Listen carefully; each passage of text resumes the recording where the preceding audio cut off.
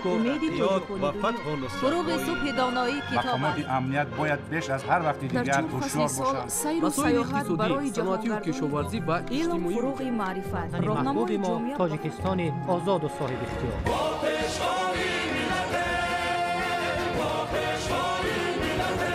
دوست باشید، اتفاق باشید، شکرانه همین دولت کنید، شکرانه همین سرزمین کنید، شکرانه کنید که چنین وطن عزیز و محبوب دارید.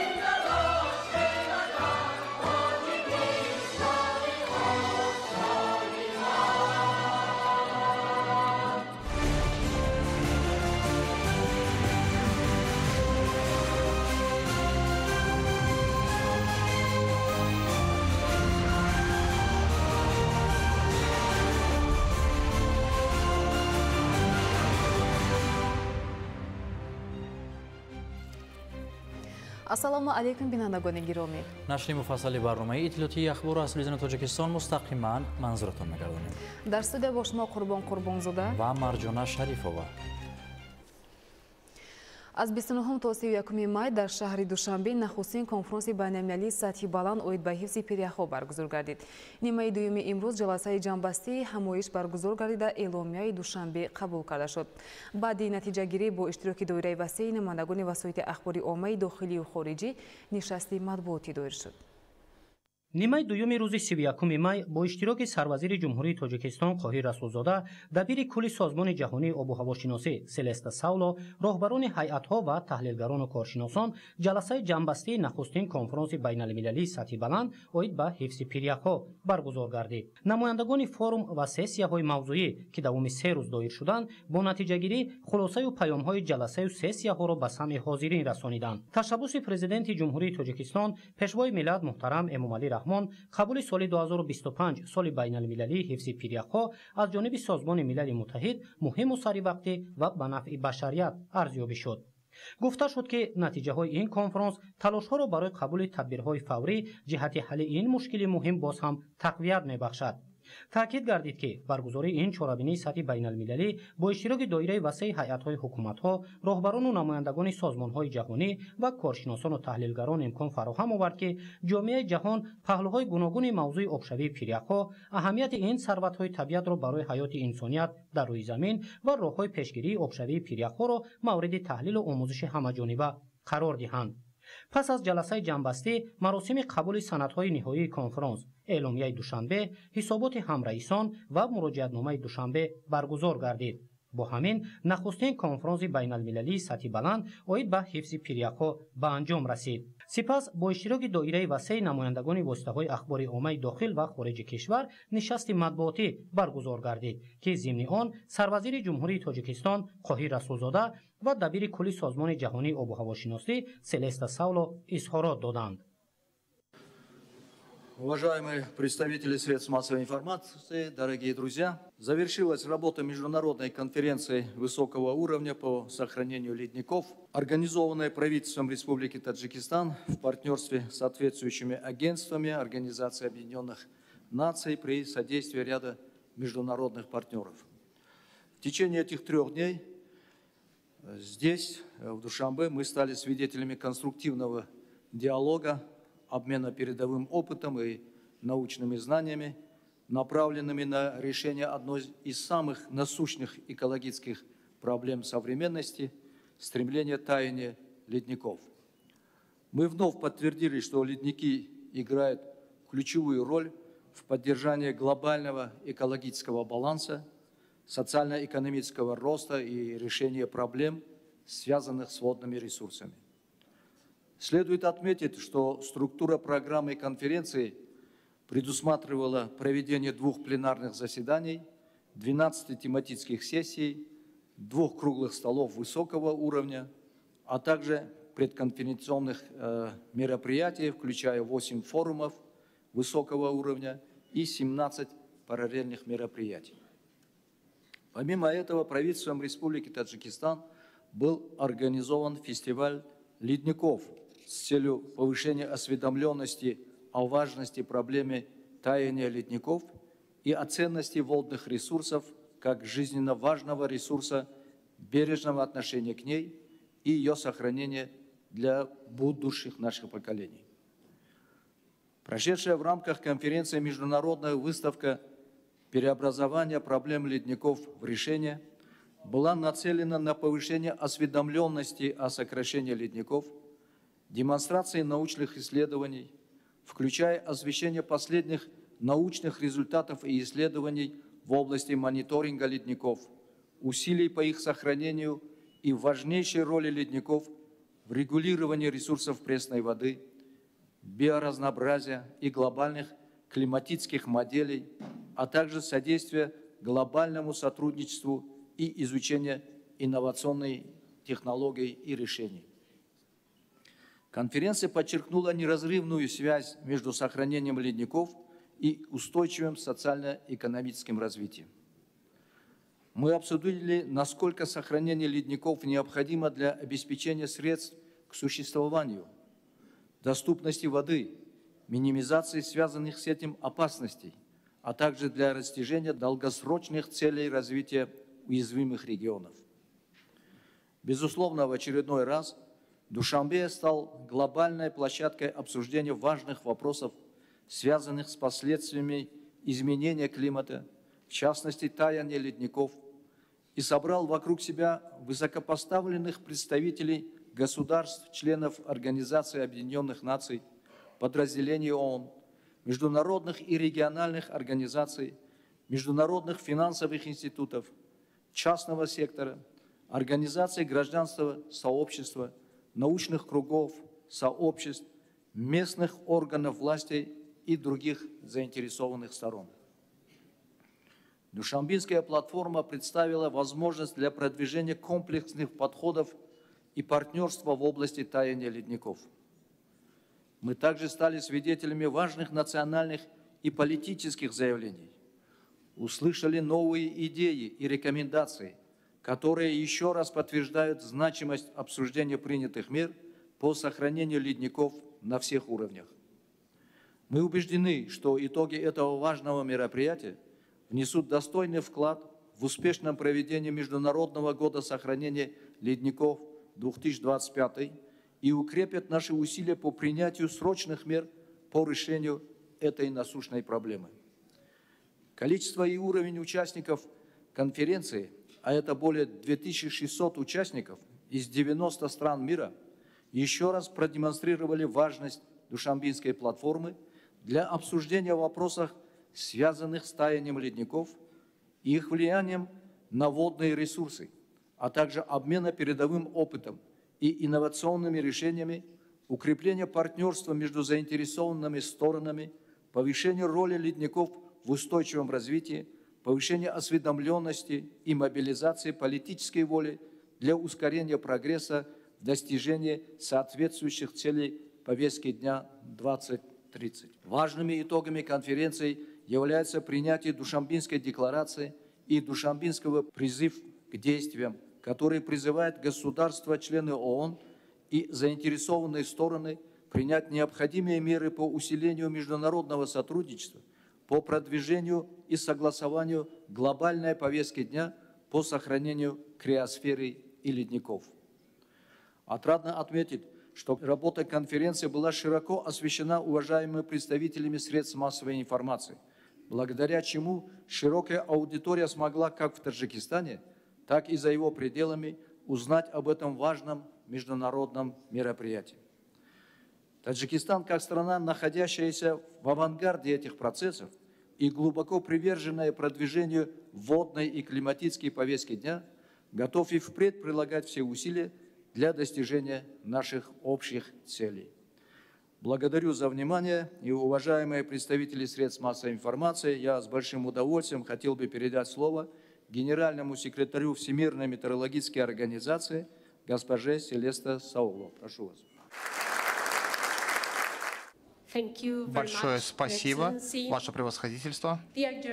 Уважаемые журналисты, друзья, для меня большая честь присутствовать на заключительной пресс-конференции Международной конференции по сохранению ледников 2025 года.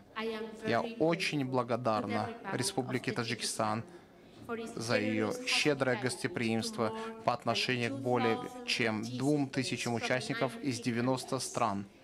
Я выражаю особую благодарность президенту Эмомали Рахмону за его лидерство и обязательства по сохранению ледников, взятые в рамках данной важной конференции.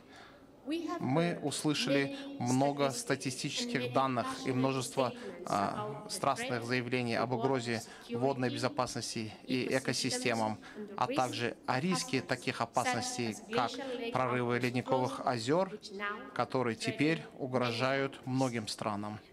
Как мы слышали, здесь, в Центральной Азии, 28 тысяч ледников Тяньшаня и Памира отступают с угрожающей скоростью. Это серьезная региональная проблема, поскольку эти ледники питают крупные речные системы. Ледник Ваньчжиях, крупнейший в регионе, за последние десятилетия потерял около 45 квадратных километров своей площади.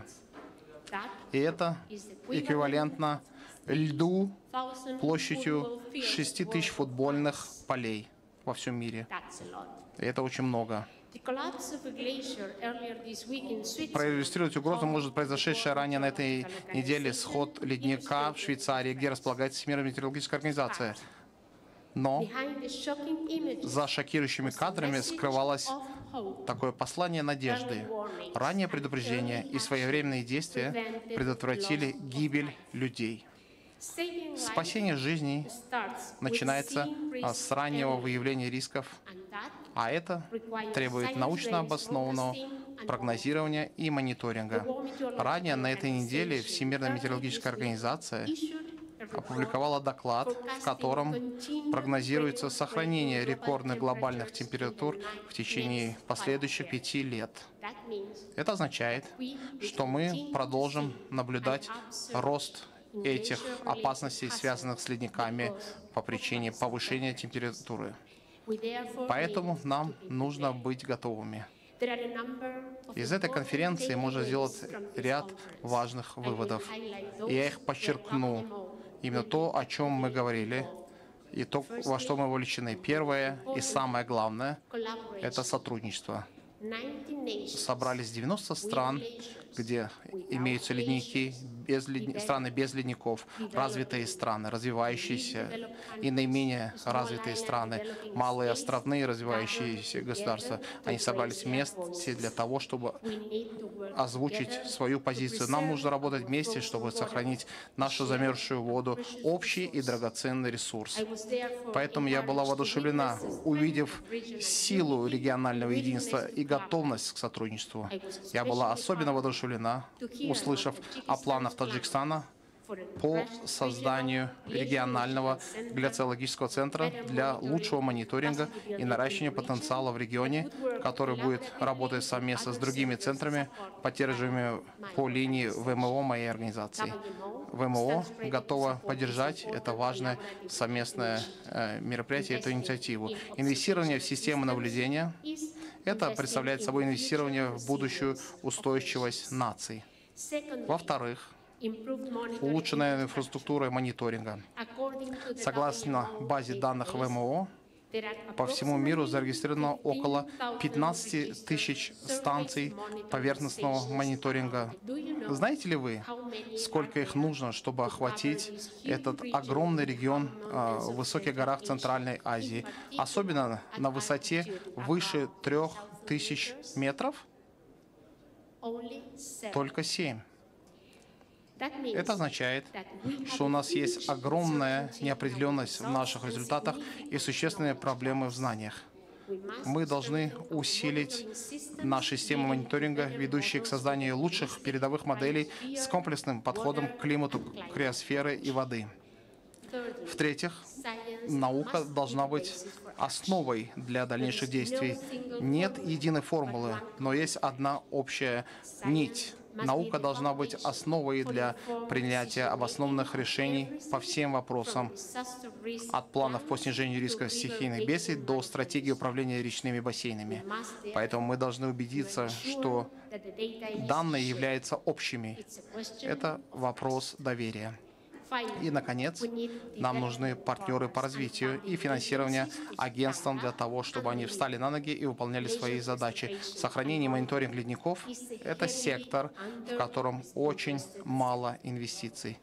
Поэтому нам нужен более целенаправленный и прозрачный подход, основанный на фактических данных для поощрения инвестиций, в том числе из частного сектора. Дамы и господа, ВМО поддерживает декларацию этой конференции высокого уровня. В этом заявлении подчеркивается роль ВМО в поддержке комплексных систем и служб мониторинга ледников и криосферы, содействии адаптации на основе научных данных и содействии международному сотрудничеству посредством различных инициатив.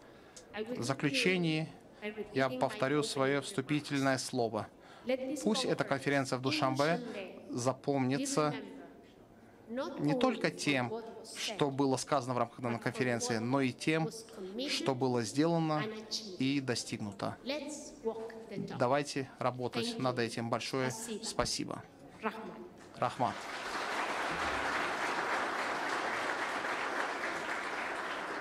Благодарю вас, госпожа Саула. Мы высоко ценим вашу поддержку и вклад в организацию проведения всех мероприятий в рамках конференции. Уважаемые представители средств массовой информации, в завершение хотелось бы поблагодарить всех участников за активное участие.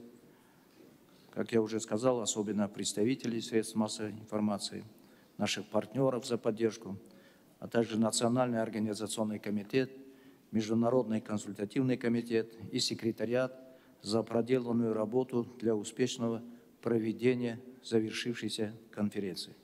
Благодарю всех за внимание. Спасибо.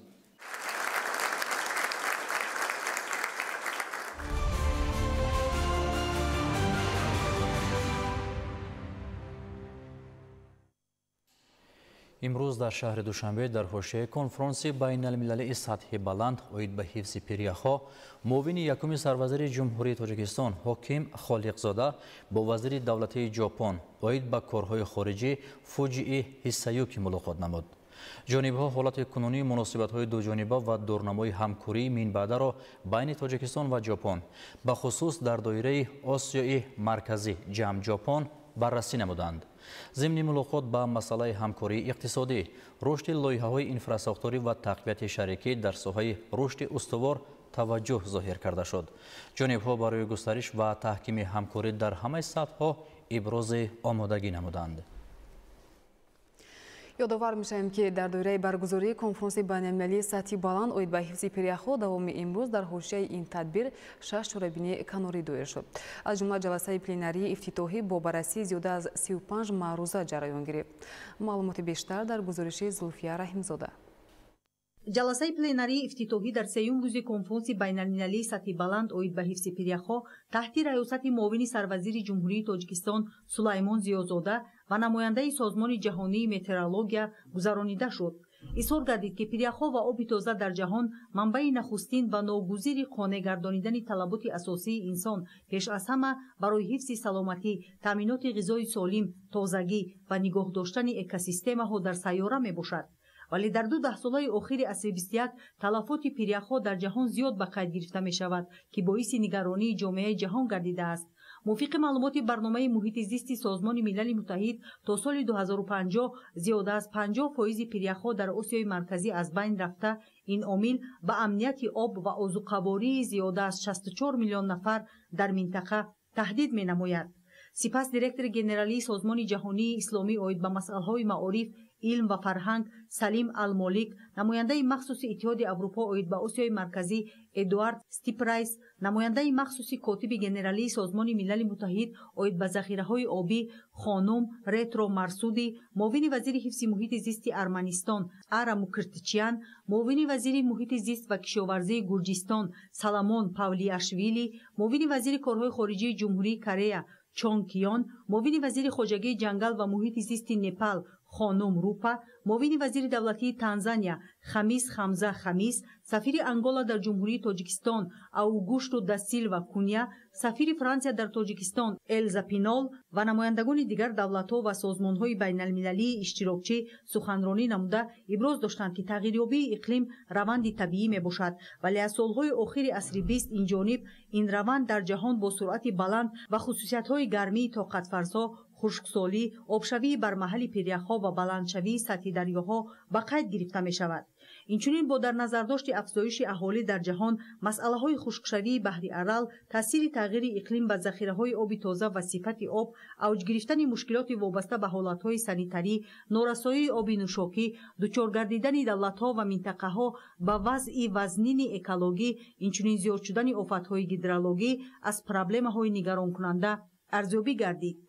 مهمیت کنفرانس بین‌المللی سطح بلند اوید به حفظ پیریخ‌ها که اولین مرتبه در جهان با تشبث جمهوری تاجیکستان و دستگیری سازمان ملل متحد برگزار گردید کلیدی اعتراف کرده شده، اشتراکچیان ابراز نمودند که از نتیجه‌های این همایش سطح بلند امیدهای کلان را انتظارند. مسائل محوری بررسی شونده را ضمن جلسه پلنری افتتاحی در سوم روز کاری کنفرانس سطح بلند این هرچه زودتر جستجو و دریافت راه‌های حفظ و اداره‌نمایی عاقلانه پیریخ‌های منطقه و جهان، زیاد نمودن سرمایه‌گذاری‌ها جهت رسیدن به هدف‌ها، تحکیم و استوار نمودن همکاری‌های منطقوی و بین‌المللی تشکیل داد.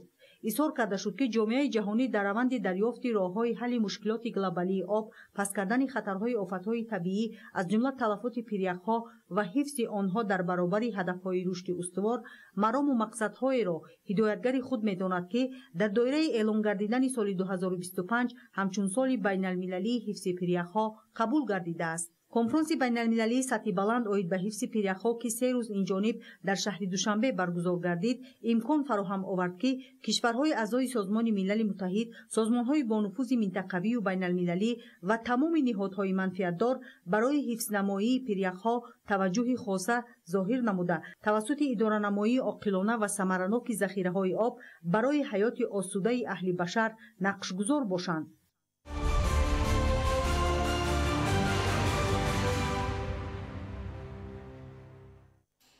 31 مای در کاخ سامان در دوره کنفرانس بین‌المللی سطح بلند اوید به حفظ پیریخ‌ها تحت عنوان پیمان برای آینده چطور پیمان میتواند درباره حفظ پیریخ‌ها معلومات دهد جلسه برگزار شد.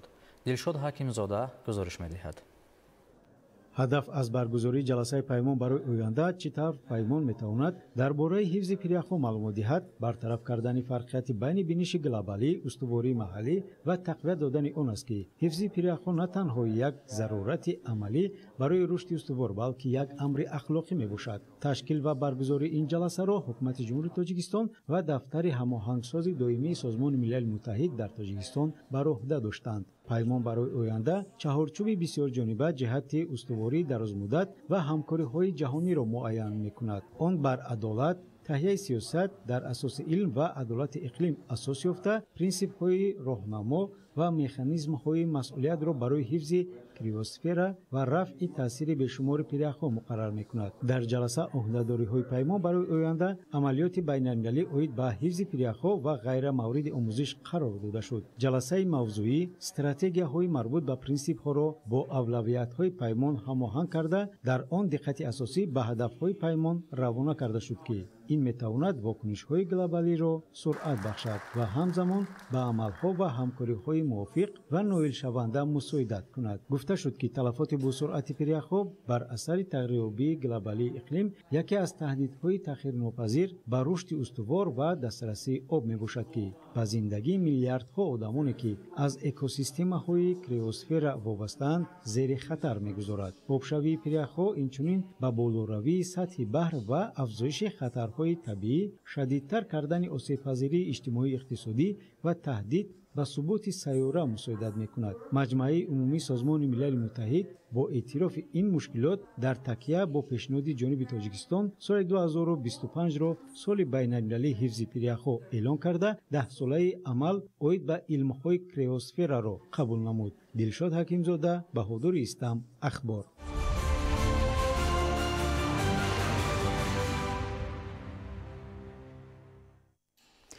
در حوزه کنفرانس بین‌المللی سطحی بلند اوید به حفظ پریخو تحت عنوان معلومات آخرین علمی اوید به پریخ و کریوسفیرا در کاخ سامان جلسه کناری برگزار گردید. گزارش در این خصوص. معلومات آخرین علمی درباره پریخ و کریوسفیرا تحت همین عنوان در حوزه فرم سطحی بلند اوید به حفظ پریخو و بخشیده به سال بین‌المللی حفظ پریخو جلسه موضوعی دایر گردید. در آن کارشناسان، نمایندگان وطنی و خارجی اشتراک نمودند. جمهوری تاجیکستان همچنین در ادامه پیشبرد روزنامه حفظ پریخو اوید به اعلان سالهای 2025-2034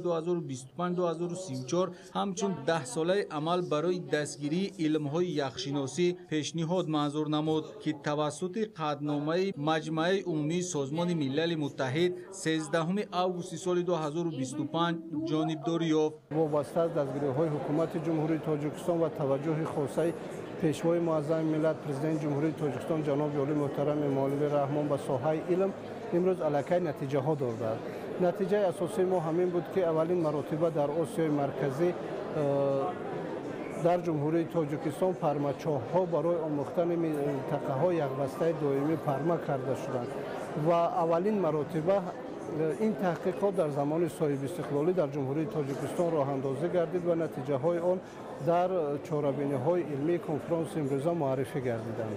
سازمان ملل متحد با تشبث پرزیدنت جمهوری تاجیکستان سال 2025 را سال بین‌المللی حفظ پریخو اعلان نمود تا در این سال به پریخو اهمیت مخصوص ظاهر گردد. همزمان زندگی نفرانی که از آن وابستگی دارد و روندهای کریوسفیرا به آنها تأثیر می‌رساند کفالت دسترسی به خدمت‌رسانی گیدرولوژی، مترولوژی و اقلیمی را پیدا کند. کنفرانس بین‌المللی سطح بلند وابسته به موضوع حفظ پریخو این یک رویداد مهم بین‌المللی، این یک پلتفرم مهم برای راه ماندن همکاری‌های بین‌المللی میباشد. یکی از هدف‌های اساسی برگزاری این کنفرانس جلب توجه سازمان‌های بین‌المللی جهت جستجوی راه‌های حل مشکلات مربوط به آب اکولوژی میباشد. در همین زمینه کنفرانس نقش مهم منطقه‌های کوهی را همچون منبع اساسی آب تازه و اکوسیستم جهانی نشان می‌دهد.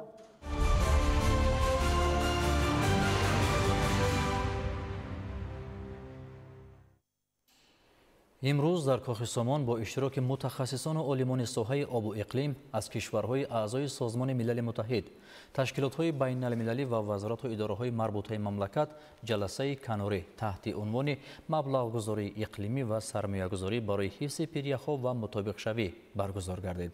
ادامه موضوع در گزارش معروف نظرزاده. در دایره کنفرانس بین‌المللی سطح بلند اوید به حفظ پریخو جلسه کناری تحت عنوان مبلغ‌گذاری اقلیمی و سرمایه‌گذاری برای حفظ پریخو و مطابق شوی برگزار گردید که در آن کارشناسان و متخصصان ساحه آب و اقلیم از کشورهای اعضای سازمان ملل متحد، تشکیلات‌های بین‌المللی و وزارت و اداره‌های مربوطه مملکت اشتراک کرده دایر به عامل‌های اساسی تغییریابی اقلیم، آبشوی پریخو، راه‌های پیشگیری آن و مبلغ‌گذاری برای تدبیرهای پیشگیری از آبشوی پریخو تبادل افکار نمودند. اشتراکچیان تاکید نمودند که تغییریابی اقلیم که از پرتاب گازهای گلخانه‌ای به وجود می‌آید، آبشوی پریخو را سرعت می‌بخشد. طبق معلومات سازمان جهانی متئورولوژی از سال 1980 تا سال 2023 آبشوی پریخو به حساب میانه 20% افزایش یافته است. حفظ پریخو طلب می‌کند که پرتاب گازهای گلخانه‌ای کاهش داده شود. تاجیکستان به جامعه جهانی پیشنهادهای مشخص و اساسناک را ارائه نموده است. من روسل آرون از جمهوری کره به تاجیکستان آمدم. امروز در جلسه ای که به مسئله مبلغ‌گذاری اقلیمی و سرمایه‌گذاری برای حفظ پریخو و مطابق شوی بخشیده شده بود اشتراک کردم. در حقیقت باید برای نجات پریخو از آبشوی برمحل تمام چاره‌های ضروری اندیشیده شود. هم مبلغ‌گذاری باید بیشتر کرده شود و هم همکاری مشترک بین کشورهای جهان، زیرا آب که از پریخو سرچشمه میگیرد حیات هر یکی ماست. این تشبث تاجیکستان در سمت حفظ پریخو که تمام جهان را فراگیر است дар ҳақиқат ташаббуси хубу муҳим ва саривақтӣ аст. дар ин чорабинии канорӣ мутахассисон роҳҳои пешгирӣ аз коҳишёбии пиряхҳоро муҳокима намуда аз ҷумла таъкид доштанд ки ҳамкории байналмилалӣ маблағгузорӣ барои тадбирҳои пешгирӣ аз коҳишёбии босуръати пиряхҳо ва баланд бардоштани огоҳии ҷомеа низ барои нигаҳдории пиряхҳо барои наслҳои оянда зарур аст. пиряхҳо вазифаҳои зиёдеро иҷро менамоянд ки барои устувории экосистемаҳо ва некуаҳволии ҷомеаҳои инсонӣ хеле муҳиманд. ман Мирон Елена барои иштирок дар конфронси байналмилалии ҳифзи пиряхҳо аз Румыния ба Тоҷикистони зебою дӯстдоштанӣ омадам. мо кишвари шуморо бо ташаббусҳои хеле муҳимаш ки дар самти обу иқлим ва ҷомеаи ҷаҳон пешниҳод шудааст мешиносем. президенти Тоҷикистон дар ҳақиқат шахсияте ҳастанд мавзӯъе ки ба ҳаёти инсонҳо вобаста аст пешниҳоди сокинони сайёра мекунанд. ин чорабиние ки имрӯз мо дар ин иштирок кардем аз ҷумлаи тадбирҳои дастаҷамона барои ҳифзи пиряхҳо ба шумор меравад. номи ман Алберто Туркстра, ман аз кишвари Белгия ҳастам ва боиси хушбахтист ки ман бори панҷум аст ки дар Тоҷикистон қарор дорам ва ин кишвари бисёр ҳам меҳмоннавоз аст ва ҳар чорабиное ки дар ҷумҳурии Тоҷикистон доир мешавад дар сатҳи хеле баланд баргузор мегардад. ман мехостам пеш аз ҳама миннатдории худро ба президенти ин давлат ба ҷаноби Эмомалӣ Раҳмон расонам ки намояндагони варзидаи самти иқлим, пиряхшиносо, экология ва муҳити зистро дар як ҷо ҷамъ овардааст ва чӣ хеле ки имрӯз шумо шоҳид шудед мутахассисони варзида ва коршиносон аз тамоми кишварҳои дунё ҷамъ омаданд ва масъалаҳои муҳимтаринро дар самти маблағгузорӣ дар соҳаи иқлим ба хотири ҳифзи пиряхҳо ва мутобиқшавӣ ба чолишҳои замонавӣ ба ҳам муттаҳид шуданд ва ман фикр мекунам ки дар ин самт маблағгузорӣ кардан хеле муҳим аст ва талаботи замон аст ки мо бояд муттаҳид шавем ва дар ин самт лоиҳаҳоро амалӣ намоем, зеро ки ҳифзи пиряхҳо ин ҳифзи ҳаёти мо аст. гуфта шуд ки бояд барои пешгирии саривақтӣ аз обшавии бармаҳал ва босуръати пиряхҳо маблағгузорӣ ҳарчи бештар ҷалб карда шавад, зеро тадбирҳо дар ин самт ҳамгироии муштаракро талаб мекунад. дар натиҷаи тағйирёбии иқлим ва гармшавии бесобиқаи ҳаво аз 13 000 пиряхи дар кӯҳсори Тоҷикистон мавҷуд буда то имрӯз беш аз 1000 он пурра аз байн рафтааст. тибқи омори дастрас танҳо пиряхи ванҷах дар ҷумҳурии Тоҷикистон таи 10 солаҳои охир 11 километри мураббаъ бо талафоти 2 километри мукааби ях коҳиш ёфтааст. ин раванд дар тамоми кишварҳои ҷаҳон идома дошта солҳои охир пиряхҳо дар саросари олам бо суръат об мешаванд. бинобар ин қабули қадномаи Созмони Милали Муттаҳид вобаста ба ташаббуси панҷуми байналмилалии Тоҷикистон эълони соли 2025 ҳамчун соли байналмилалии ҳифзи пиряхҳо беназир арзёбӣ шуда бори дигар аз он шаҳодат медиҳад ки ҷумҳурии Тоҷикистон дар ҳалли мушкилоти умумибашарӣ бетараф нест ва дар роҳандозии тадбирҳои самаранок ташаббускор ва пешоҳанг аст. пиряхҳо сарчашмаи асосии обҳои ошомиданиянд. об бошад сарчашмаи ҳаёти башар.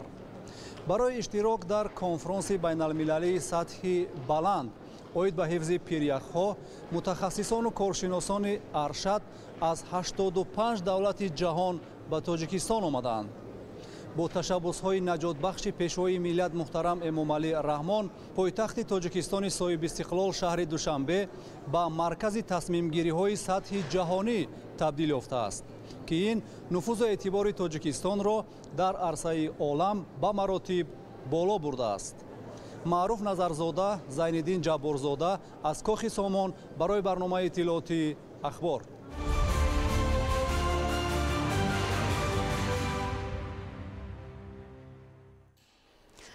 تغییرآبی اقلیم را امروزها دولت‌های زیادی سیاره نه تنها احساس می‌کنند بلکه با چشم خود می‌بینند. اخراج زیادی گازهای گلخانه‌ای سبب اساسی تغییرآبی اقلیم، ضرورت عملی شوی تدبیرهای واقعی و مهمیت کنفرانس بین‌المللی از موضوعهایی بودند که از جانب عالمان امروز در جلسه پلنری این همایش ارائه گردید.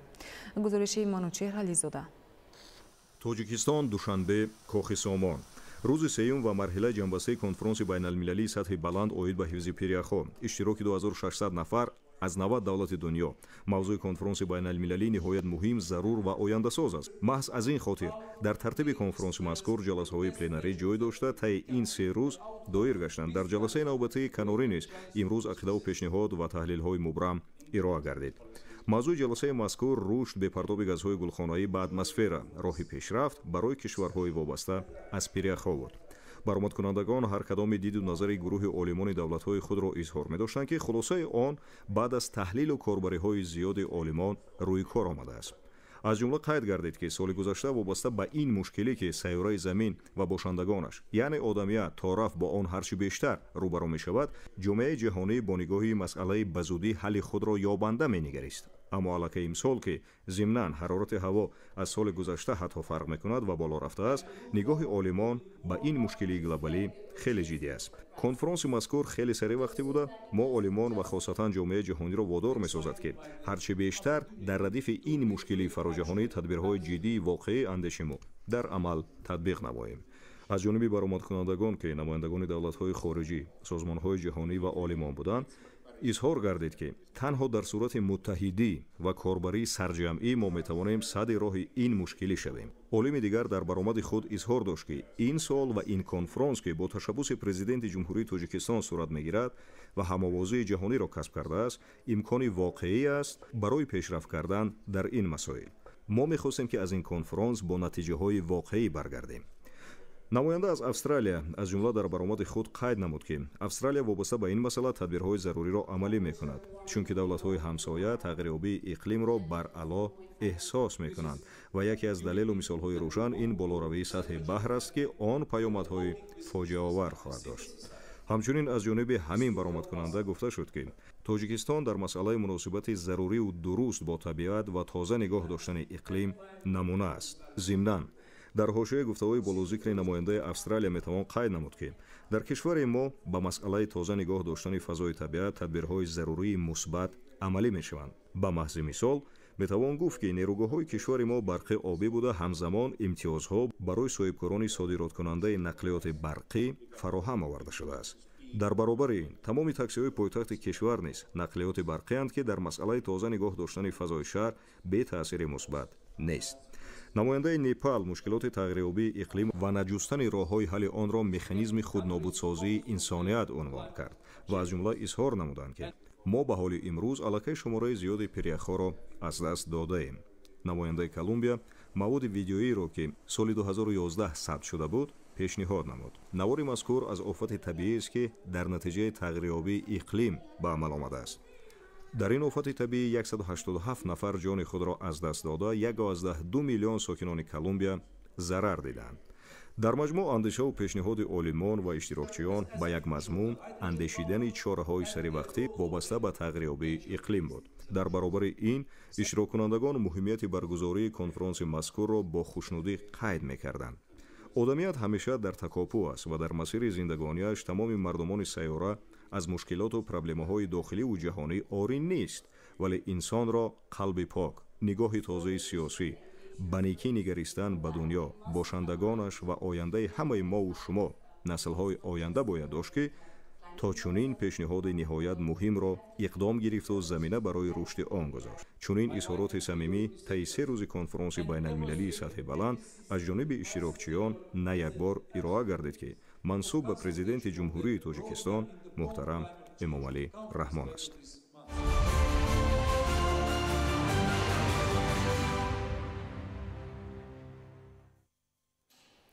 بعد از اشتراک در کنفرانس بین المللی سطحی بلند اوید به حفظ پیریخو شامدی روز راهبران هیئت‌های رسمی و نمایندگان سازمان‌های با نفوذ بین المللی از جمله معاون یکم دبیر کل سازمان ملل متحد، نایب پرزیدنت مالدیو، نایب پرزیدنت گامبیا، دیرکتور اجرایی خزینه کودکان سازمان ملل متحد، معاون سروزیر جمهوری آذربایجان و معاون یکم پرزیدنت جمهوری زیمبابوه از جمهوری تاجیکستان به وطن خود برگشتند.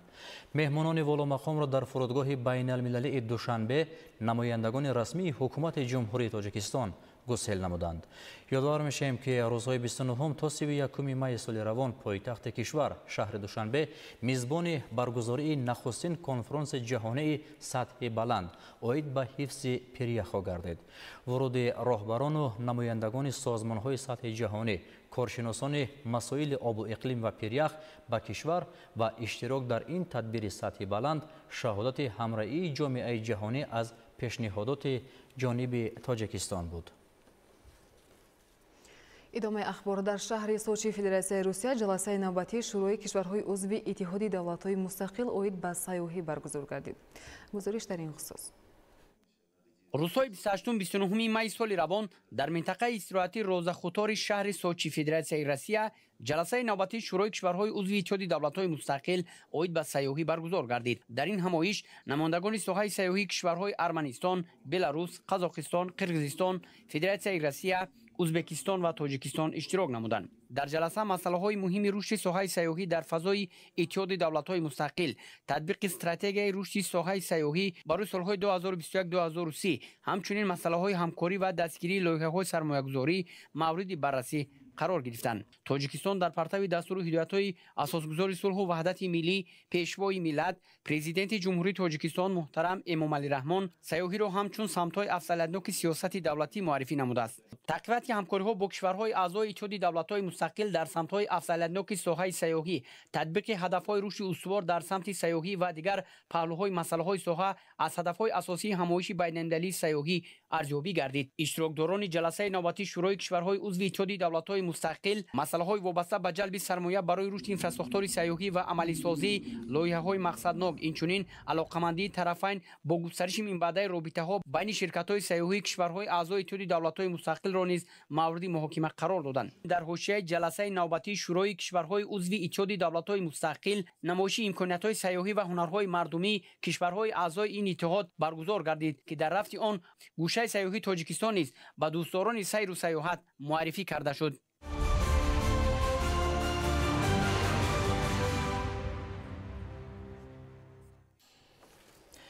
امروز در شهر دوشنبه بخشیده به روز تأسیسیابی اگنتی نظارت مواد نشآور نزد پرزیدنت جمهوری تاجیکستان چهاربینی ایدانا برگزار شد.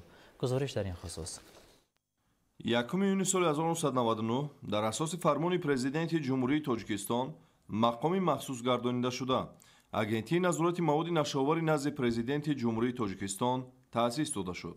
بخشیده به روز کارمندان مقامات نظارت مواد نشآور و 26مین سالگرد اگنتی نظارت مواد نشآور نزد پرزیدنت جمهوری تاجیکستان چهاربینی تантанавӣ با اشتراک هیئت شخصی و سابقه‌داران برگزار گردید. محض سعی و تلاش و کمک و دستگیری‌های بی‌مثل پرزیدنت جمهوری تاجیکستان محترم امامعلی رحمان است که هیئت شخصی اگنتی در بهترین شرایط کار و فعالیت می‌نماید. اگنتی فعالیت خود را در زمینه کنستیتوسیای جمهوری تاجیکستان و دیگر سندهای قانونگذاری کشور به راه مانده با مقصد عملی نمودن سیاست دولت و شرطنامه‌های بین‌المللی جمهوری تاجیکستان در سمت مبارزه بر ضد معاملات غیرقانونی مواد نشآور و پیشگیری نشه‌مندی یک قطار کارهای تشکیلی و عملی را انجام داده است. امروز با شرفمندی میتوان گفت که اگنتی به یک مقامات مخصوص پراقتدار و توانای حفظ حقوق تبدیل یافته در تامین و نگهداری امنیت و صلح و ثبات سهمی باسزا میگذارد. در چهاربینی سابقه‌داران و کارمندان با تجربه اگنتی سخنرانی نموده قید کردند که مبارزه با معاملات غیرقانونی مواد نشآور یکی از سمت‌های افضلیت‌ناک فعالیت باقی مانده. در این سمت همکاری‌ها با مقامات حفظ حقوق کشور و خارجی به راه مانده. در آینده نیز در تامین حمایت منفعت‌های قانونی شهروندان، جامعه و دولت فعالیت خود را باز هم جانانک می‌نمایند. همچنین در دایره این چهاربینی مراسم سوگند یادکنی جوانانی که ҳамакнун ба кор оғоз намудан сурат гирифт. кормандоне ки дар давоми фаъолияташон ба натиҷаҳои назаррас комёб гаштанд, аз ҷониби роҳбарияти агентӣ бо мукофотҳои соҳавӣ ва рутбаҳои навбатии хизматӣ қадрдонӣ гардиданд. интиҳои чорабинии тантанавиро барномаи фарҳангии омоданамудаи масъулин дар маркази таълимии тобистонаи агентӣ воқеъ дар минтақаи зебоманзари варзоб хотирмон намуд.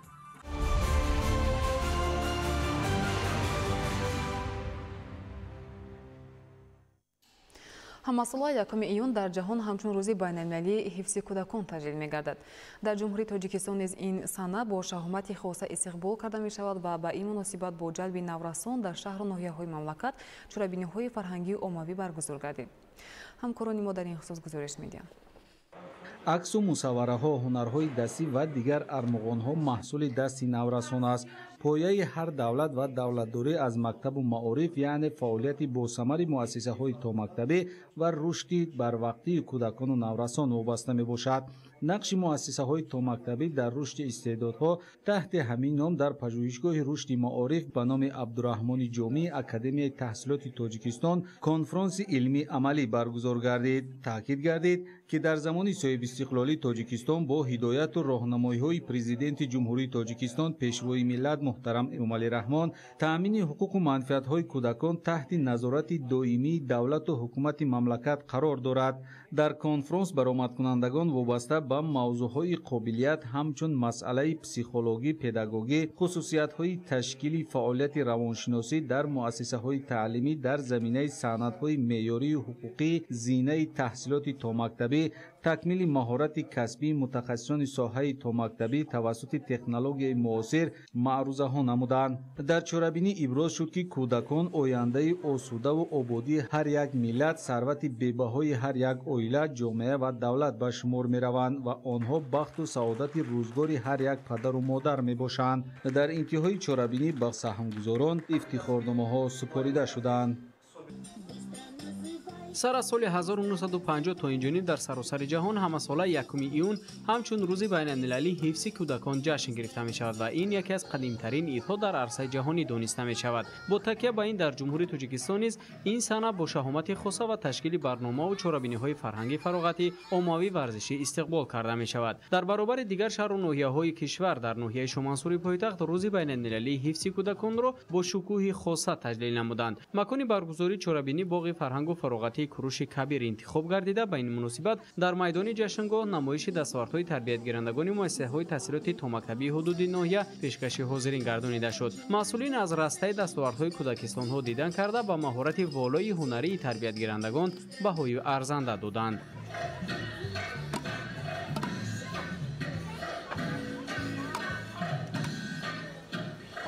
дар қисмати расмии чорабинӣ таъкид гардид ки кӯдакон аз ҷумлаи шахсоне мебошанд ки бо сабабҳои синну сол ва нишондиҳандаҳои ҷисмониву ақлонияшон ҳуқуқ ва манфиатҳои худро ба таври мустақилона ҳимоят карда наметавонанд. бинобар ин онҳо қисми осебпазири ҷомеа эътироф шуда ба ҳифзи махсус аз ҷониби давлат ва калонсолон ниёз доранд. таъкид гардид ки имрӯзҳо бо мақсади беҳтар намудани шароити таълим дар муассисаҳои таҳсилоти томактабӣ ва марказҳои инкишофи кӯдак аз ҷониби ҳукумати кишвар чораҳои мушаххас амалӣ гардида. дар ин замина базаи моддиву маънавии таълимгоҳҳо ҷиҳати тарбияи дурусти кӯдакон бой гардонида шудааст. яъне ҳукумати ҷумҳурии Тоҷикистон ҷиҳати рушди соҳа диққати махсус зоҳир намуда марҳила ба марҳила барои рафъи проблемаҳои мавҷуда гомҳои устувор мегузорад. қисмати интиҳоии чорабиниро барномаи мукаммали фарҳангӣ ташкил медод ки ба таҷлили рӯзи байналмилалии ҳифзи кӯдакон шукӯҳи дигар бахшид. дар чорабинӣ ки кӯдакони хуштолияи давлати соҳибистиқлол унвон гирифта буд, шоирону нависандагон ва донишмандон ва роҳбарони китобхонаҳои шаҳрӣ иштирок ва сухандонӣ намуданд. роҳбарияти китобхонаи шаҳрӣ ба номи Абулқосим Лоҳутӣ аз таваҷҷӯҳи ҳукумати мамлакат ба рушду инкишофи насли наврас аз ҷумла ташкили инфраструктури зарурии муассисаҳои томактабӣ, бунёди мактабҳои ҳозиразамони ҷавобгӯ ба стандартҳои ҷаҳонӣ, имкони дастрасии шаффофи таҳсил дар мактабҳои олии дохил ва ё хориҷи кишвар ёдоварӣ карда шуда, ин иқдомҳоро ғамхории падаронаи роҳбари давлат нисбат ба насли ояндасози миллату давлат арзёбӣ намуданд. дар чорабинӣ шогирдону тарбиятгирандагони муассисаҳои томактабӣ ва хонандагони мактабҳои таҳсилоти умумии ноҳияи Фирдавсӣ пойтахт ширкат намуда ҳунару истеъдоди худро ба намоиш гузоштанд. дар иҷрои наврасон шеърҳо аз осори адибони тоҷик завқи баланди рассомӣ ва бозиҳои варзишӣ иҷро карда шуда барои ҳавасмандӣ ба кӯдакон тӯҳфаҳо тақдим карда шуд. ҳамзамон як қатор омӯзгорону тарбиятгирандагон ва ширкаткунандагони фаъоли ҳамоиш низ бо ифтихорномаҳои муассиса сарфароз гардонида шуданд. рақсу сурудҳои дилнишин боиси болидахотирии кӯдакону наврасон гардид. чунин чорабиниҳои маърифатӣ ва ҳамоишҳои ҷашнӣ дар муассисаи давлатии китобхонаи шаҳрӣ ба номи Абулқосим Лоҳдӣ дар доираи ҳамаи иду ҷашнҳо ва санаҳои муҳими таърихӣ ташкил карда мешавад. 1 июн ҳамчун рӯзи байналмилалии ҳифзи кӯдакон дар саросари олам бо шукӯҳу шаҳомат таҷлил мегардад. дар ҷумҳурии Тоҷикистон низ ин рӯзро бо як шаҳомати хос таҷлил менамоянд. бахшида ба ин рӯз дар кӯдакистони афсонаи рақами 98 шаҳри Душанбе чорабинии фарҳангии фароғатӣ таҳти унвони кӯдакон ояндаи мо баргузор гардид. дар чорабинӣ масъулин, мураббияҳо ва кӯдакон иштирок намуданд. таъкид гардид ки ҳар сол ин санад дар кишварҳои гуногун ҳамчун рамзи муҳаббат, ғамхорӣ ва масъулият ба кӯдакон таҷлил мешавад. дар Тоҷикистон низ масъалаҳои ҳифзи кӯдакон дар мадди аввал қарор дорад. ҳукумати ҷумҳурии Тоҷикистон дар ҳамкорӣ бо созмонҳои байналмилалӣ барномаҳо ва ташаббусҳои гуногунро дар самти таълим, тандурустӣ, ҳифзи ҳуқуқ ва эҳтироми кӯдакон амалӣ мекунад. барномаҳои давлатӣ барои беҳтар кардани сатҳи зиндагии кӯдакон ва таъмини ҳуқуқи озодиҳои онҳо як ҷузъи муҳими сиёсати давлатӣ мебошад. рӯзи байналмилалии ҳифзи кӯдакон моҳияти муҳим дорад, ки насли оянда кӯдакон чун гулҳои нозук ба ғамхорӣ ва моҳияти бефосила ниёз дорад. танҳо дар муҳити солиму боэътимод ва бо таълимоти босифат метавонем насли комил, пурқувват ва босаодатро ба воя расонем, ки Тоҷикистонро дар оянда рушд диҳанд ва барои миллат ва ватан хизмат кунанд. дар Фарҷом ба як қатор мураббияҳо ва кӯдакон ифтихорномаву тӯҳфаҳои хотиравӣ қадрдонӣ карда шуданд. ҳамзамон дар муассисаи давлатии маркази саломатии рақами 6 шаҳри Душанбе бахшида ба рӯзи кӯдакон чорабинии фарҳангӣ баргузор гардид. дар чорабинӣ масъулин ва ҳайати кормандон иштирок намуданд. таъкид гардид ки кӯдакон сарвати муҳимтарин ояндаи неки имрӯзу фардои миллат мебошанд ва ғамхорӣ нисбати онҳо аз ҷониби ҳукумати ҷумҳурии Тоҷикистон пайваста зоҳир карда мешавад. иқдомҳои пайвастаи президенти ҷумҳурии Тоҷикистон пешвои миллат муҳтарам Эмомалӣ Раҳмон ба таъмини ҳаёти осоиштаи кӯдакон, таъмин ва риояи ҳуқуқу озодиҳои онҳо дар рӯҳияи меҳру муҳаббат ба ватан ва ҳамчун насли солиму созанда тарбия ёфтани кӯдакон равона гардидааст. дар натиҷаи ин саъю талошҳо ҳаёти фарзандони кишвар сол аз сол беҳтару рангинтар мегардад. дар Фарҷом ба кӯдакону наврасон тӯҳфаҳои хотиравӣ аз ҷониби муассисаи давлатии маркази саломатии рақами 6 шаҳри Душанбе тақдим карда шуд. ғамхорӣ намудан ба кӯдакон, фароҳам овардани шароити мусоид барои солиму бардам ба камол расонидани онҳо, соҳиби илму маърифат ва фарҳанги баланд гаштани онҳо дар меҳвари сиёсати ҳукумати мамлакат қарор дорад. таъкид шуд ки барои ба воя расонидани наврасон дар рӯҳияи хиштаншиносӣ падару модаронро зарур аст, ки дар қатори муассисаҳои таълимӣ саҳм гузоштанд ва ба таълиму тарбияи фарзанд эътибори ҷиддӣ диҳанд. онҳоро дар рӯҳияи инсондӯстӣ, меҳру вафо, садоқат ба меҳану миллат, ҳуввияти баланди миллӣ, ҳифозати марзу буми ватан, парчамбардорони ҳақиқӣ, донишманду соҳибкасб будан тарбия намоянд, то ки фарзандон ба муқобили зуҳуроти манфии ғаразнок, устувор ва муқовиматпазир ба воя расанд. бо мақсади болида гардонидани рӯҳияи кӯдакон, ҳунармандону санъаткорони муассисаҳои давлатии филармонияи давлатии бачагонаи Тоҷикистон, маркази кӯдакон ва наврасони шаҳри Душанбе ва сирки давлатӣ бо барномаҳои ҷолибу рангин хотири дӯстрӯяконро шод намуданд. бахшида ба рӯзи байналмилалии ҳимояи кӯдакон дар кӯдакистони рақами 56 ноҳияи Синои шаҳри Душанбе барномаи бошукӯҳи идона баргузор гардид. зимни баргузории чорабинии масъулин кӯдаконро бахти ҳар оила ва ояндаи миллат арзёбӣ намуда иброз дошт ки таъмин намудани шароити мусоиди зиндагӣ ва омӯзишу парвариши кӯдакон аз ҳадафҳои муҳимтарини сиёсати иҷтимоии давлату ҳукумати ҷумҳурии Тоҷикистон ба шумор меравад. дар замони соҳибистиқлолии тоҷикистон бо ҳидояту раҳнамоиҳои пешвои миллат муҳтарам эмомалираҳмон таъмини ҳуқуқу манфиатҳои кӯдак таҳти назорати доимии давлат ҳукумати ҷумҳурии тоҷикистон қарор дорад. ҳамзамон аз ҷониби давлат барои амалишавии орзую ормонҳои кӯдакон бахусус кӯдакони ятиму бепарастор меҳрубониҳои хоса зоҳид мегардад. дар ҳамоиши тантанавии тарбиятгирандагони кӯдакистон бо иҷрои шеъру тарона, рақсу саҳначаҳои ҷолиб ва баромадҳои ҳунарӣ ба фазои идона шукӯҳи бештар бахшиданд. ҳозирин аз ҳунари кӯдакон ва тайёрии хуби онҳо истиқбол намуданд.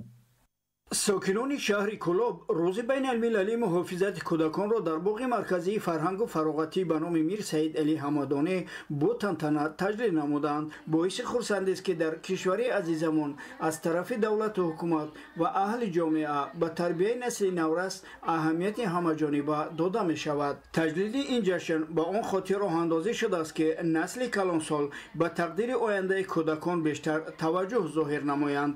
мебояд тазаккур дод ки раҳбарияти олии сиёсии кишвар бахусус асосгузори солҳу ваҳдати миллӣ пешвои миллат президенти ҷумҳурии тоҷикистон муҳтарам Эмомалӣ Раҳмон ба ин масъалаи муҳим дар тамоми даврони соҳибистиқлолии мамлакат диққати хоса медоданд ва дода истодаанд. аз ҷумла пешвои муаззами миллат зикр карданд ки волидайн ва махсусан модаронро лозим аст ки аз синни тифлӣ сар карда ба тарбияи кӯдакон диққати махсус диҳанд ва барои саодатманду соҳибмаърифат гардидани онҳо сайю талош намоянд. гуфтанд ба маврид аст ки мутобиқи моддаи 34 Конститутсияи ҷумҳурии Тоҷикистон модару кӯдак таҳти ҳимоя ва ғамхории махсуси давлатанд.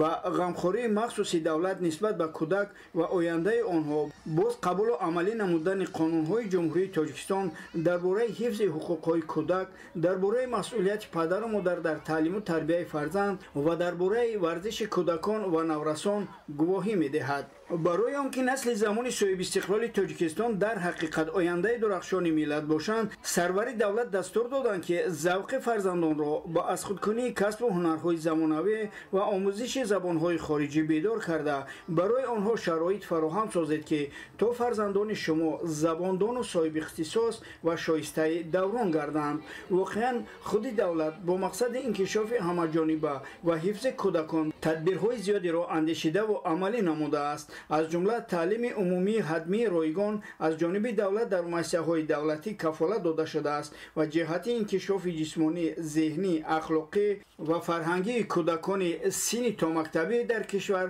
кӯдакистонҳои зиёд фаъолият доранд.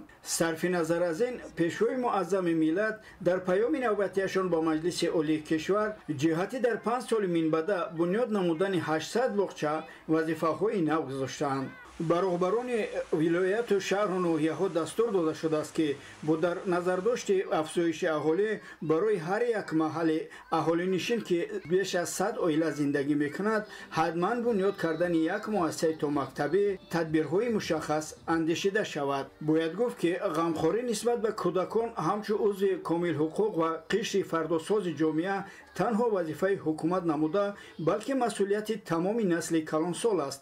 бинобар ин тамоми тадбирҳо бояд андешида шавад ки тифлакони масъуми имрӯза бунёдгарони ҳақиқии фардои дурахшони оянда ба воя расанд. ҳамчунин дар ин рӯз ба як қатор омӯзгорону фаъолони шаҳр барои саҳми арзанда гузоштан дар таълиму тарбияи насли наврас ва ҷиҳати дар рӯҳия ва тандурустии худшиносӣ тарбия намудани онҳо бо сипосномаҳои мақомоти иҷроии ҳокимияти давлатии шаҳри Кӯлоб қадрдонӣ карда шуданд.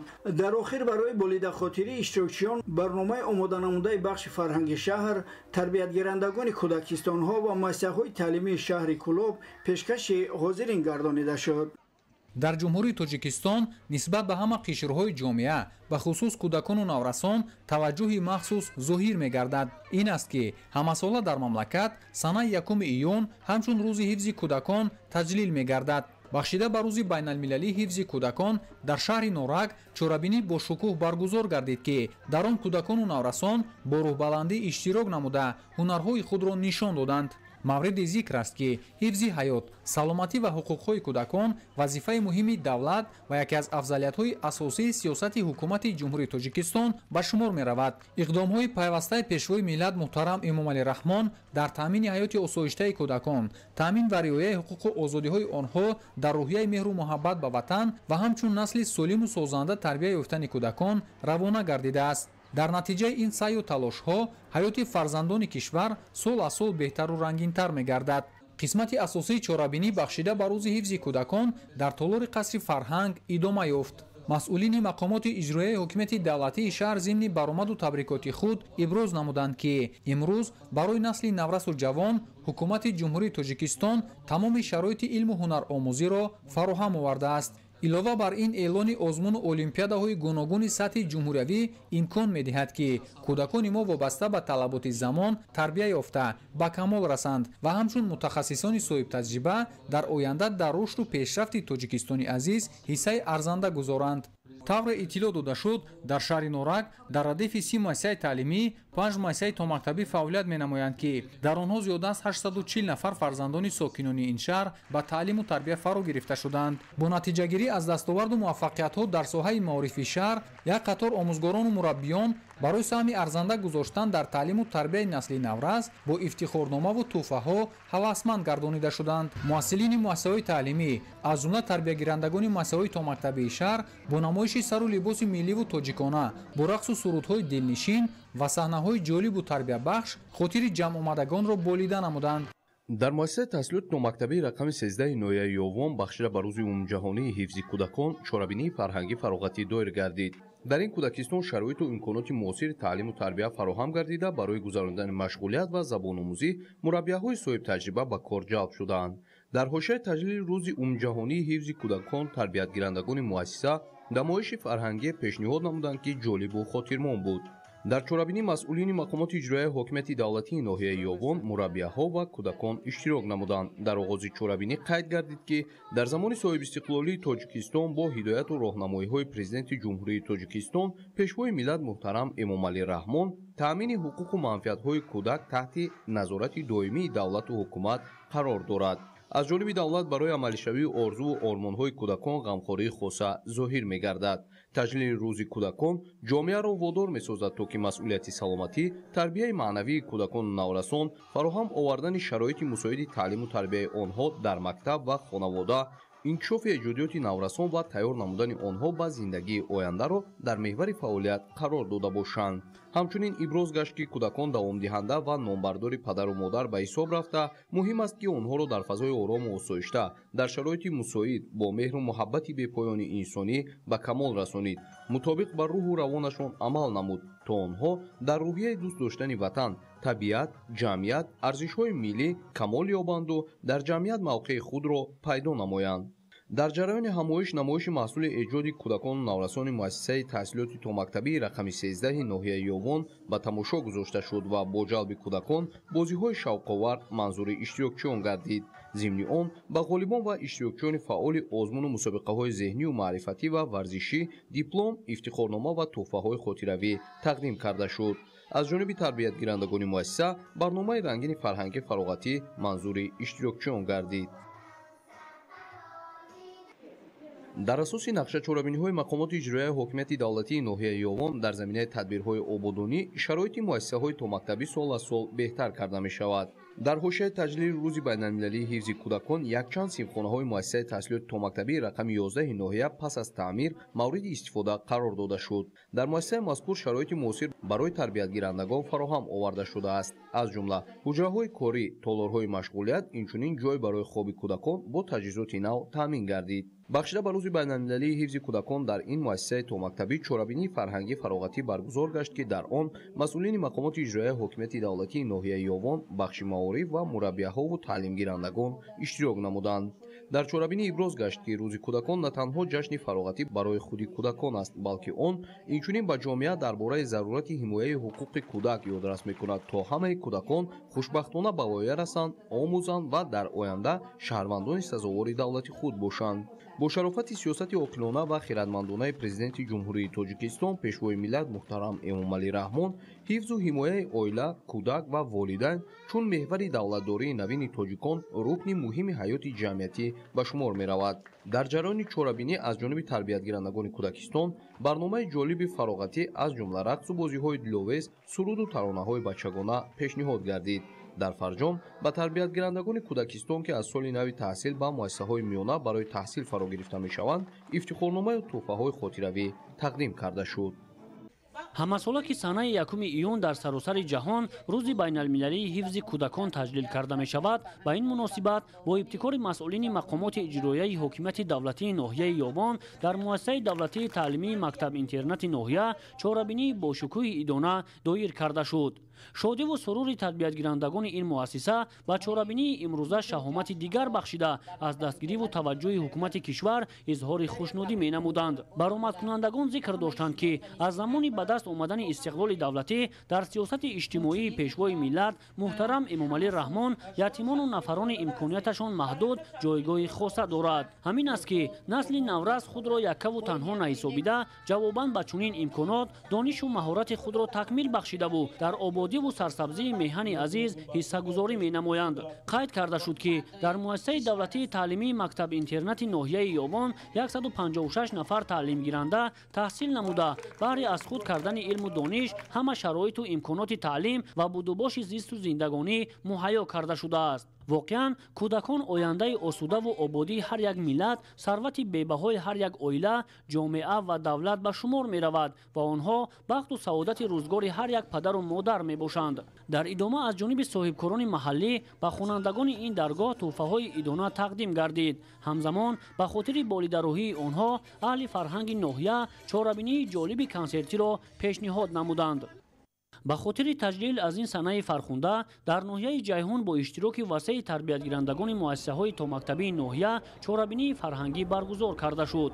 дар саҳни қасри фарҳанги ноҳия маҳсули ҳунари наврасон ба намоиш гузошта шуда соҳибкасбу бомаърифат будани онҳоро бозгӯӣ менамояд. масъулини мақомоти иҷроияи ҳокимияти давлатии ноҳия баромад намуда зикр доштанд ки ба дунё омадани тифл дар ҳар як оила хушбахтиву иқболи нег меорад ва чун зангулаи идомаи ҳаёт садо медиҳад. хушбахтона дар ҷумҳурии тоҷикистон кӯдакон дар мадди назари роҳбарияти олии кишвар қарор гирифта пайваста баҳри онҳо шароиту имконоти таълиму тарбия ва зиндагии шоиста фароҳам оварда мешавад. тоҷикистони соҳиби истиқлол дар ҷаҳон аз рӯи нишондиҳандаҳои сину сол яке аз давлатҳои ҷавон ба ҳисоб рафта имрӯз 35% сокинони мамлакатро кӯдакону наврасон ташкил медиҳанд. онҳо таҳти ғамхории доимии давлат ва ҳукумати мамлакат қарор доранд. дар хотима чорабинии фарҳангии хонандагони муассисаҳои таълимӣ ва аҳли фарҳанги ноҳия пешниҳоди ҳозирин гардонида шуд ки боиси болидагии онҳо гардид. рӯзи ҷаҳонии муҳофизати кӯдакон дар ноҳияи дӯстӣ бо ба роҳ мондани намоишфурӯши китобҳои бачагона, намоиши ҳунарҳои дастии кӯдакон ва чорабинии фарҳангӣ дар сатҳи баланд таҷлил гардид. зикр шуд ки ҳукумати ҷумҳурии тоҷикистон бо мақсади таъмини ҳифзи иҷтимоии кӯдакон, шароити таълиму тарбия ва донишандозии онҳо тамоми имкониятро фароҳам оварда имрӯзҳо насли наврас дар беҳтарин муассисаҳо ба таҳсил фаро гирифта шудаанд. ҳоло дар ҷаҳон бо қабули даҳҳо санадҳои байналмилалӣ аз ҷумла конвенсия оид ба ҳифзи ҳуқуқи кӯдак, конвенсияи созмони ҷаҳонии меҳнат оид ба барҳам додани шаклҳои вазнини меҳнати кӯдакон ва монанди инҳо барои ҳифзи ҳаёт ва инкишофи кӯдакон заминаи устувор фароҳам оварда шудааст. иброз карда шуд ки бо вуҷуди ин ҳанӯз дар дунё теъдоди зиёди кӯдакон ба мушкилоти ҷиддии иқтисодиву иҷтимоӣ дучор мегарданд ва на ҳамаи онҳо зиндагии шоиста доранд. дар ноҳияи дӯстӣ низ ҳамасола барои беҳтар гардонидани шароит ва фарогирии бештари кӯдакон ба муассисаҳои томактабӣ аз ҷониби мақомоти маҳаллӣ ва ҷалби соҳибкорон иншооти соҳа бунёду аз навсозӣ мегардад ки ин дар ҷалби наврасон ба таълиму тарбия мусоидат карда истодааст. дар доираи ин рӯзи хотирмон ба дустурӯякон тӯҳфаҳои идонаи мақомоти иҷроияи ҳокимияти давлатии ноҳия тақдим карда шуд. ҳамзамон баҳри баланд бардоштани рӯҳияи ватандӯстиву хештаншиносии ин қишри ояндасози ҷомеа чорабинии васеъи фарҳангӣ бо иҷрои суруду таронаҳои дилангез пешниҳод гардид ки хотири иштирокдоронро болида гардонид. зери сиёсати ғамхорона ва ятимпарваронаи асосгузори сулҳу ваҳдати миллӣ президенти ҷумҳурии тоҷикистон пешвои миллат муҳтарам эмомалӣ раҳмон имрӯз дар саросари ҷумҳурии соҳибистиқлоли тоҷикистон таваҷҷӯҳу дастгирии нисбати ятимони кул ва қишри ниёзманди ҷомеа рушду тавсея ёфтааст. ин аст ки бо ташаббуси мақомоти маҳаллии ҳокимияти давлатии вилоятҳо шаҳру ноҳияҳо ва дастгирии соҳибкорони баромаду сокинони эҳсонкор ва ятимони кул ва ашхоси ниёзманд мунтазам кӯмакҳои молию ғизоӣ расонида мешавад. бо ҷалби ҳофизону навозандагони бахши фарҳанги мақомоти иҷроияи ҳокимияти давлатии шаҳри Истаравшан барномаҳои рангини консертӣ ташкил ва ба тарбиятгирандагон тӯҳфаҳои хотирмон аз қабили бозичӯи шириниҳо дастрас карда шуданд. феълан дар муассисаи давлатии фарзанди ватан ҷиҳати тарбияву истироҳати бофароғат ва ба камол расонидани созандагони минбаъдаи ватан ҳамаи шароитҳо муҳайё буда, онҳо бо шароитҳои беҳтарин ба монанди ҳуҷраҳои хоб, 4 маҳал хӯроки гарм, сару либоси мавсимӣ ва бозичаҳои гуногун таъмин ҳастанд. ин бино бо тамоми шароитҳо муҷаҳҳаз шудааст ва шароити қулай барои будубоши шабонарӯзӣ, барои будубоши рӯзона бо шароитҳош мебошад. дар маркази дастгирии оила ва кӯдаки шаҳри Истаравшан алҳол 22 нафар кӯдакон бо тарбия ва хизматрасонии иҷтимоӣ фаро гирифта шуданд. аз тарафи мутахассисон логопед, ҳамчун барои инкишофи нутқ, мутахассисон барои инкишофи ҳаракат, физиотерапевтҳо хизмат мерасонанд. ҷиҳати дастгирии пайваста ва машғулиятомӯзии кӯдакону наврасон беш аз 10 нафар мураббиягони соҳибтахассус ба муассисаи давлатии фарзанди ватан ҷалб гардидаву имрӯзҳо дар шароити муосиру замонавии фароҳамовардаи ҳукумати мамлакат ашхоси ятиму бепарасторро нигоҳубин менамоянд. дар шаҳри ваҳдат бахшида ба рӯзи кӯдакон бо ибтикори раёсати маорифи шаҳр ва кормандону тарбиятгирандагони 17 кӯдакистони шаҳри ваҳдат чорабинии хотирмони фарҳангии доиру баргузор карда шуд. иброз гардид ки ҳукумати ҷумҳурии тоҷикистон бо мақсади таъмини ҳифзи иҷтимоии кӯдакон ва беҳтар намудани вазъи моддии кӯдакон ҳамарӯза тадбирҳои судмандро роҳандозӣ менамояд. яке аз масъалаҳои мубрами ҳаёти кишвари мо ба таҳсил фаро гирифтани кӯдакону наврасон мебошад. давлат таълими умумии асосии ҳатмии ройгонро дар муассисаҳои таҳсилоти давлатӣ кафолат дода, ҳукумати ҷумҳурии тоҷикистон меъёрҳои байналмилалиро оид ба ҳимояи ҳуқуқ ва озодии кӯдакон пайваста амалӣ мегардонад. вазифаи умдатарин пеш аз ҳама барои падару модар ва насли калонсоли ҷомеа кӯдаконро дар рӯҳияи меҳнатдӯстӣ, ватандӯстӣ, меҳандӯстӣ, таҳаммулпазирӣ ва ахлоқу рафтори некӯҳамида тарбия намудан мебошад. мақомоти иҷроияи ҳокимияти давлатии шаҳри ваҳдат барои ба таълиму тарбияи дуруст фаро гирифтани кӯдакону наврасон дар асоси татбиқи барнома ва ҳадафҳои созандаи ҳукумати ҷумҳурии тоҷикистон тамоми шароитҳоро муҳайё намуданд, то ин ки дар оянда хурдсолон дар рӯҳияи хештаншиносию ватандӯстӣ ба камол раста барои ободии кишвари соҳибистиқлол саҳми арзанда гузоранд. дар шаҳри ваҳдат бо ин мақсад дар доираи тадбирҳои ободовию созандагӣ дар баробари бунёди иншооти гуногун соҳа ҳамчунин сохтмони 5 иншооти нави муассисаи томактабӣ бунёд карда мешавад. дар ҳамдастӣ бо тарбиятгирандагони муассисаҳои томактабии раёсати маорифи шаҳри ваҳдат дар ин рӯз чорабинии судманди ҷолибу хотирмон баргузор намуданд.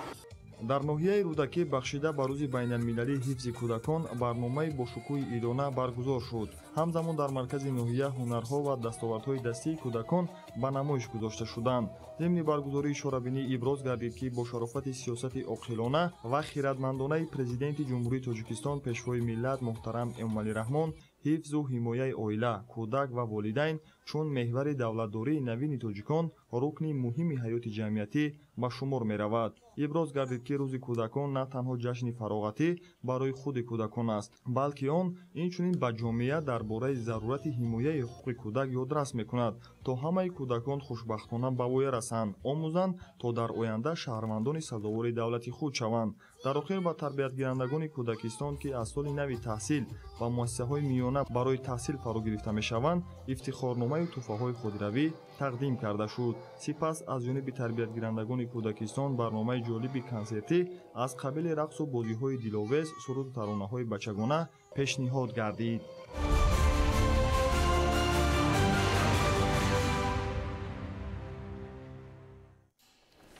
бинандагони гиромӣ, нашри муфассали барномаи иттилоъоти ахбор хотима меёбад. саломату хонобод бимонед.